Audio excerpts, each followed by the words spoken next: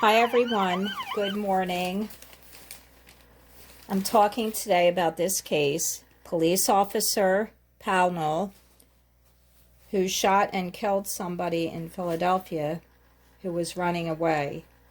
The DA is trying to change the way the jury is given instructions by the judge, so the district attorney is appealing to the courts. So this is a really important case for a lot of reasons, more than just an officer shooting someone.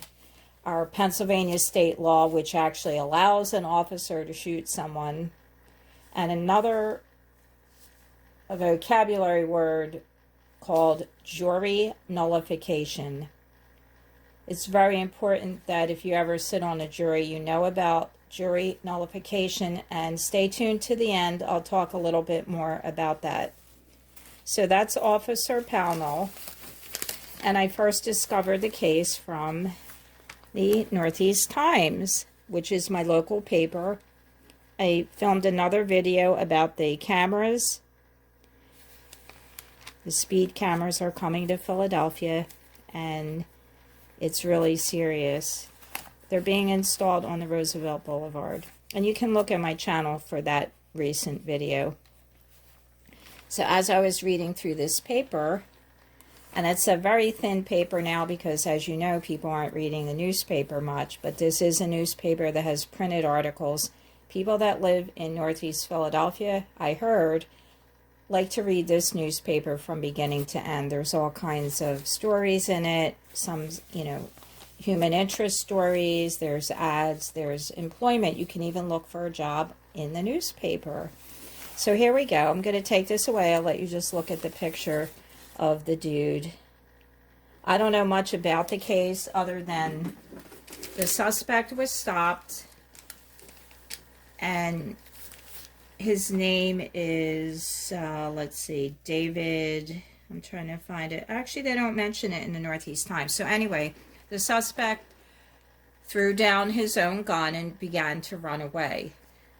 Apparently, this police officer, his own gun jammed, and I think it seems like he picked up the suspect's gun, but they're really vague on it. So that's not really the issue. What the issue is, there is a Pennsylvania state law called Section 508, and I'm just going to read it briefly what it says, because this is appalling. Section 508 says officers are justified in shooting a suspect if such force is needed to make an arrest and the suspect has, quote, committed or attempted a forcible felony or is attempting to escape and possess a deadly weapon or otherwise indicates he will endanger human life or inflict serious bodily harm, unquote. The DA wants this changed so that when they go to trial, of course, they can win and prosecute the officer. Now, I don't like when the law is violated, because if it is, that means the law will be violated for us.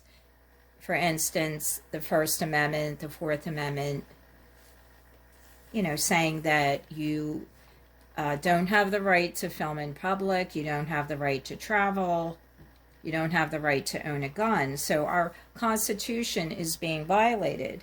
So what happened here is the district attorney, they said this is sort of a quote from the defendant's attorney, Fortunato Perry Jr. is the defendant's attorney. The appeal by the district attorney is an admission that they are unable to proceed with this prosecution without a change in the existing law. So what the DA did was they appealed to the judge, who is Barbara McDermott,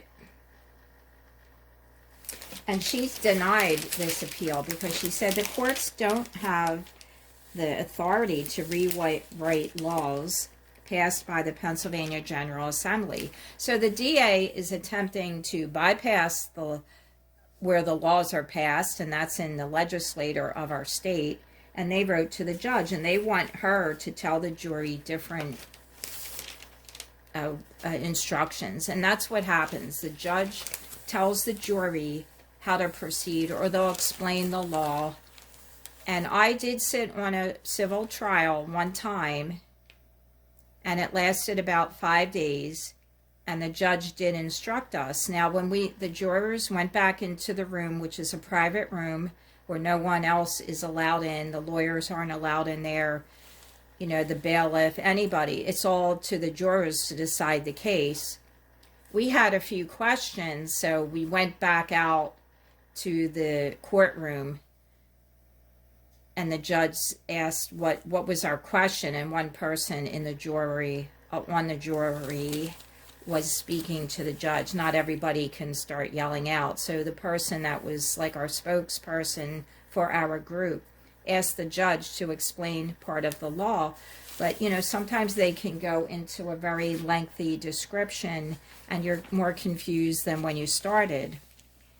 So in this case, it's a little bit appalling that our state law says that the police officer can shoot somebody who's fleeing, which I find ridiculous. And I understand why the DA wants to change that, because they feel that, quote, the Fourth Amendment, which protects against unrealistic searches and seizures, is in the interpretation is a violation. So anyway, it's a little complicated, but the DA, in my opinion, has never ever brought up about the Fourth Amendment.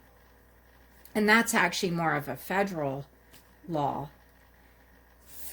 So the DA wants to change all this, and I think they know they're not going to win. And this officer here, Pownall, is the first officer in 20 years that has been prosecuted for shooting anyone.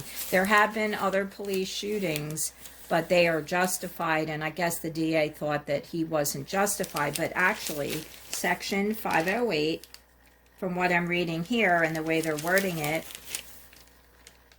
and it's a quote, that they're allowed to shoot people running away. I don't like that. I don't like shooting anybody, but he was actually, under the law, seems to be correct. And the DA wants to prosecute this fella. I'm not a cop basher.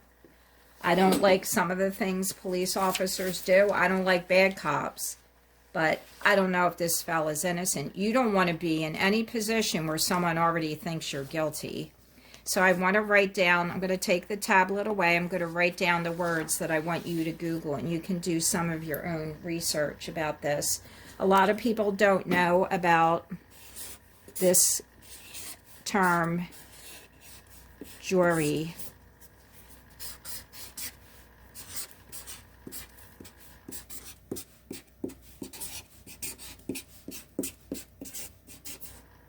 Okay, it's called jury nullification.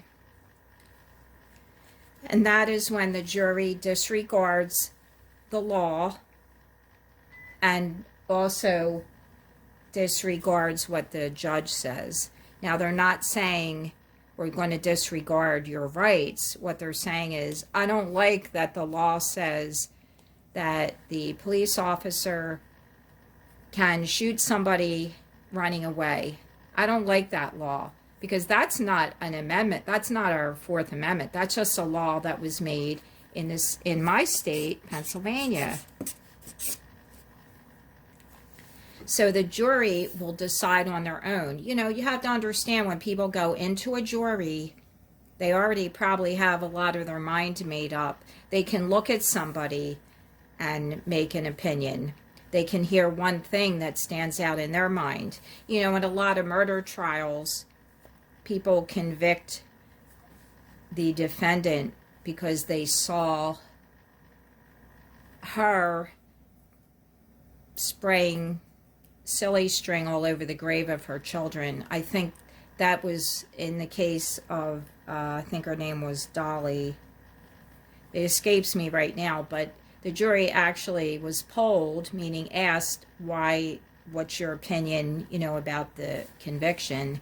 And they said, well, that one video of her spraying the string helped to convict her, in my opinion, and that can be very skewed You know, you're seeing somebody that was crying prior to that, but now she's spraying silly string and like laughing like it's a joke. But I don't think that really happened. I think she was crying before that, but they didn't show. So jurors can make a lot of opinions. So if you're on a jury, remember, you actually can have your own opinions.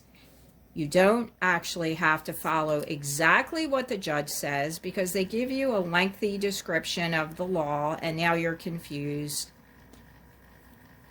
So that's the whole part of a jury. When you go into the room with your fellow jurors, it's all up to you and them, no matter what they think or you think. You're going to make a decision, and a lot of it really is based on our own personal experiences and opinions, and that's why the defendant's attorney and the prosecutor will always try to ask a lot of questions when they're selecting a jury.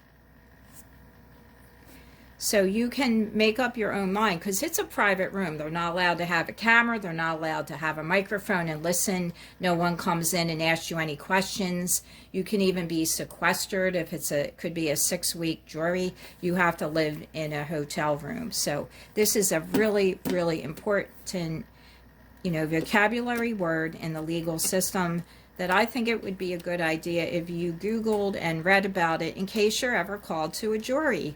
You never know. I sat on a jury for 5 days and I had to leave my job.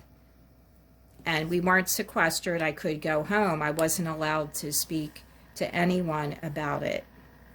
It was just a car accident. But I felt that the jury room was really just a circus. I mean, the people didn't understand. One guy shows up late. He almost got arrested. And it was a valuable experience. So I wanted to tell you about that today. And thank you so much for watching. Thank you. I really appreciate it.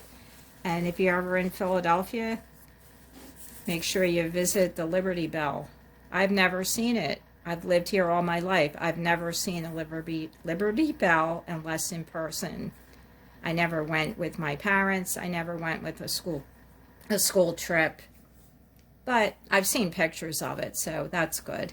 All right, have a great day. Thanks for listening. I will see you next time.